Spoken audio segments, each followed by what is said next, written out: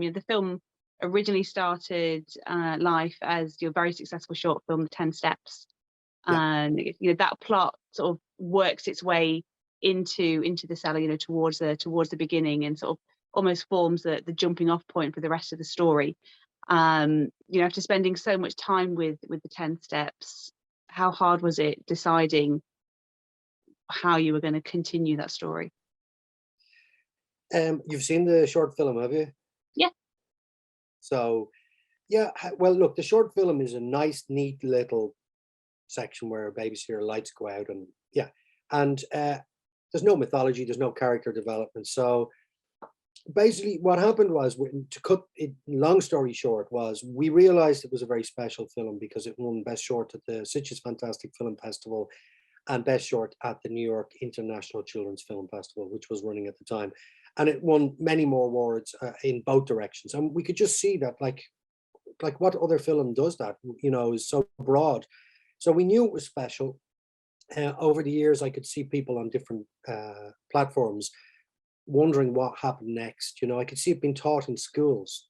And actually, one of the interviewers there just told me it's on the curriculum in Spain, in Barcelona anyway. Still, this is 16 years later. So we knew it was special. I think in 2007, I tried to write an extended version of the short film.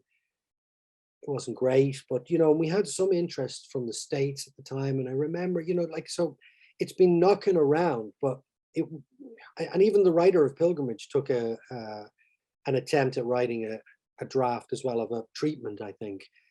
It wasn't really working. We left it because we obviously went on and made other things. And then when I finally came back to it, I think it might have been around 2016 or 17, somewhere around then, I wrote a version of it, and it was the short film as a prologue and a new family move in. And we thought it was good, but it wasn't really gaining traction with any development here in Screen Island or anything. So I had to take a second look at it. And so that's when it did go through a lot of different versions.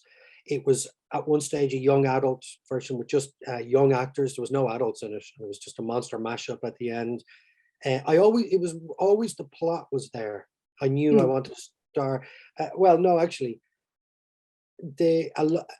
Once I got off the idea of it being the prologue and actually continuing the short film, and that was because I was having trouble because, as I say, it was plot driven. I knew the ending, I knew some beats, and I knew the start. My problem was the characters weren't just working for any script editing sessions I was having. So the minute I went, okay, you know what, the strongest character hook here is people want to know what happens after, and I'm sure the parents are going to want to know what happens if a daughter goes missing. And the minute I went with that, it seemed to answer a lot of people's. It just satisfied a lot of people who were pushing to make the characters stronger. So that was how that happened. I had to, of course, go through many different mythologies as well. I went through Irish mythology, Druids, and Balor, the one-eyed king of the Fomorians, was in there at one stage. And I tried, because it would have started, I suppose, the idea, the 10 Steps, the original short, is a sort of Judeo-Christian hell, heaven, the devil and stuff. So, but I just wanted to do something different. So that was also, a challenge, coming up with a different idea for the mythology. And I do think the day I went for a mathematical H.P. Lovecraft cosmic horror vibe, I think when I sent a treatment of that to the producer, he's told me since that he looked around at another producer he shares an office with, and he said, I'm going to make this. So obviously something about the new mythology and the new approach that day, he sort of went, this will probably go.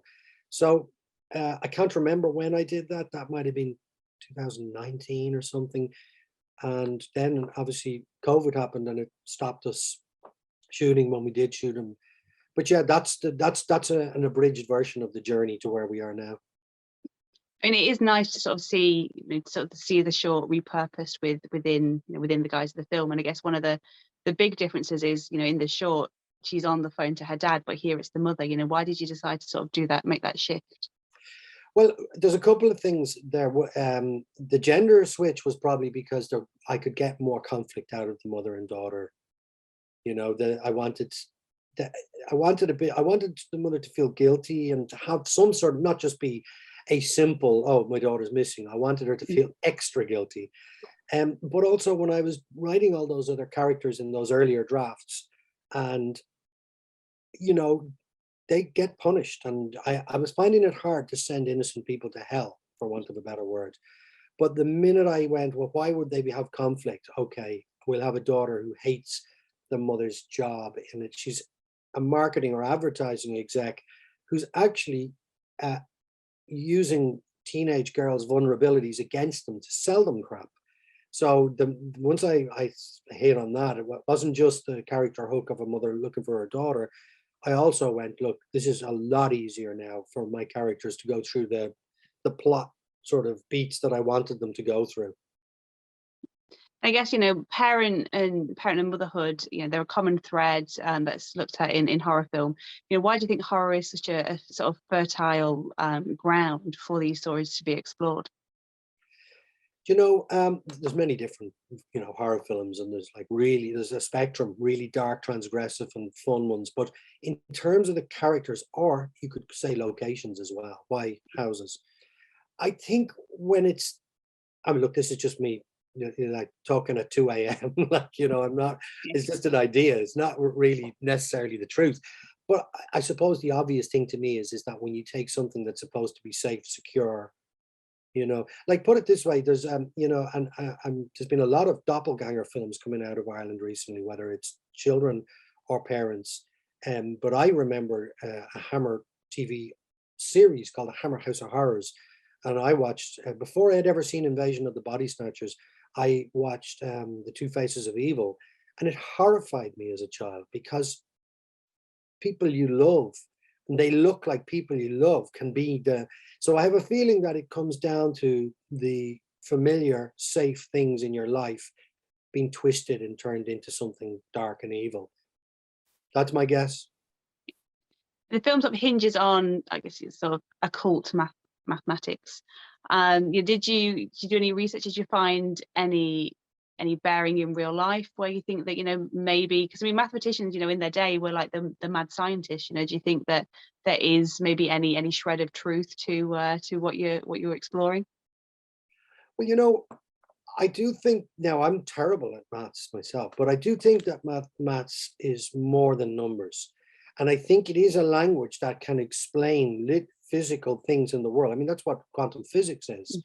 And the professor she goes to visit, refers to this. He talks about visualizing, certain things, and so I do think.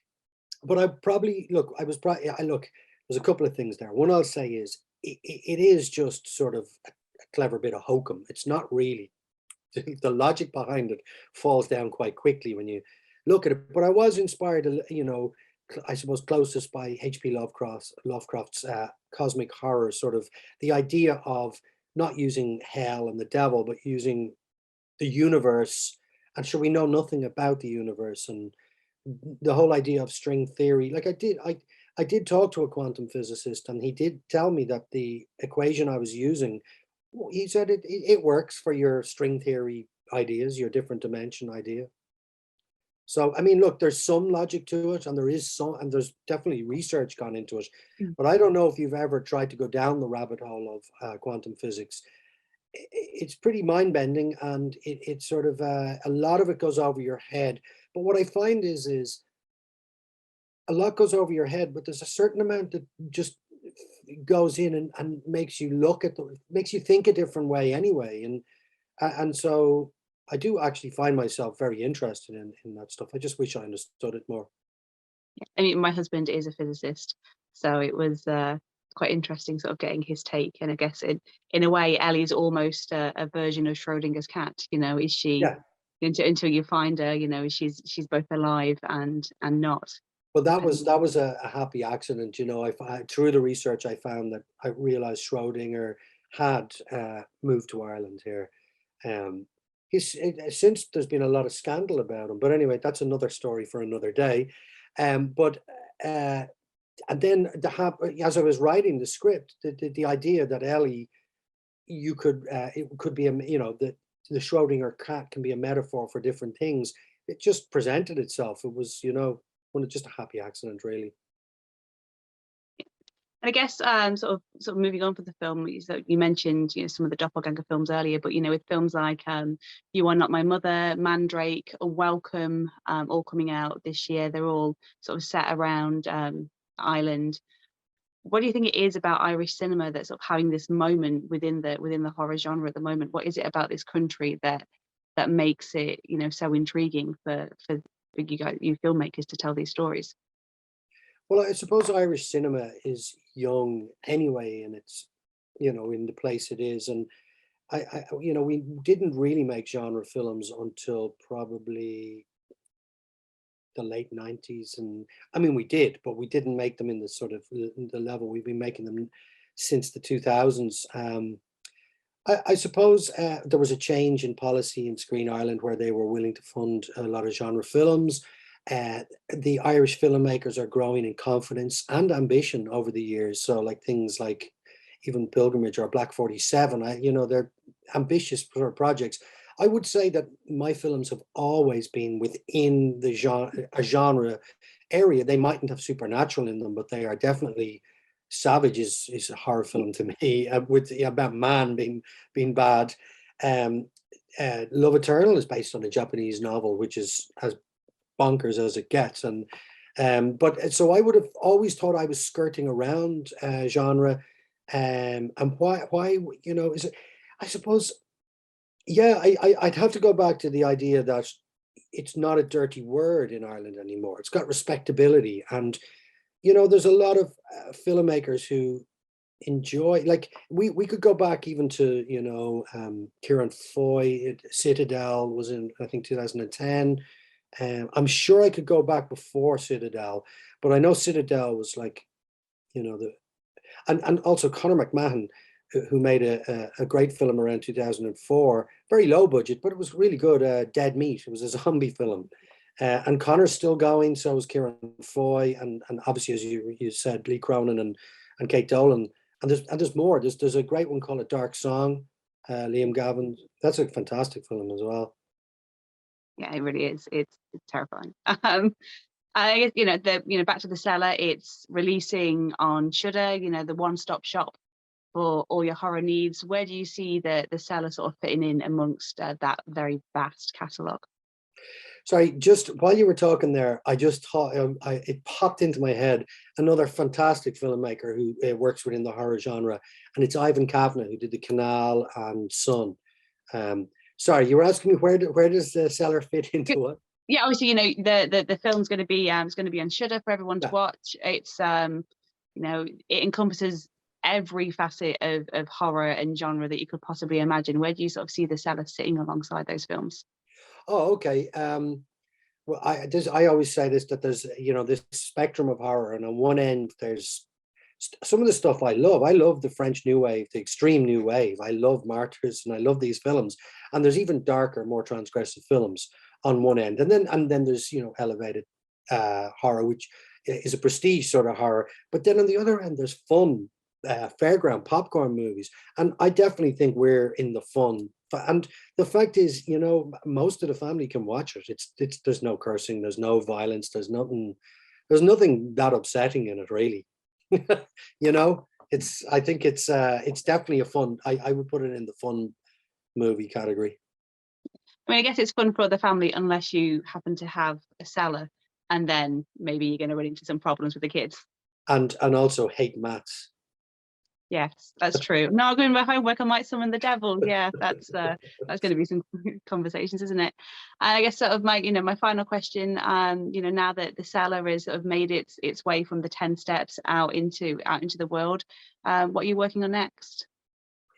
Yeah, I'm going back to my old demented ways. I'm working on a revisionist folk horror where St. Patrick is trying to convert a mysterious woman who a druid sect are trying to sacrifice. Nice. So yeah, back to the Middle Ages, back to even before the Middle Ages. It's the start of the Middle Ages, but I'm going back to ultra violence, but also what I love about horror films, mind-bending psychedelics, Wicker Man style twists, and just really transgressive stuff. Cool. Well, I look forward to seeing it, and I wish you the best of luck with Cellar's release. Great. Thanks very much.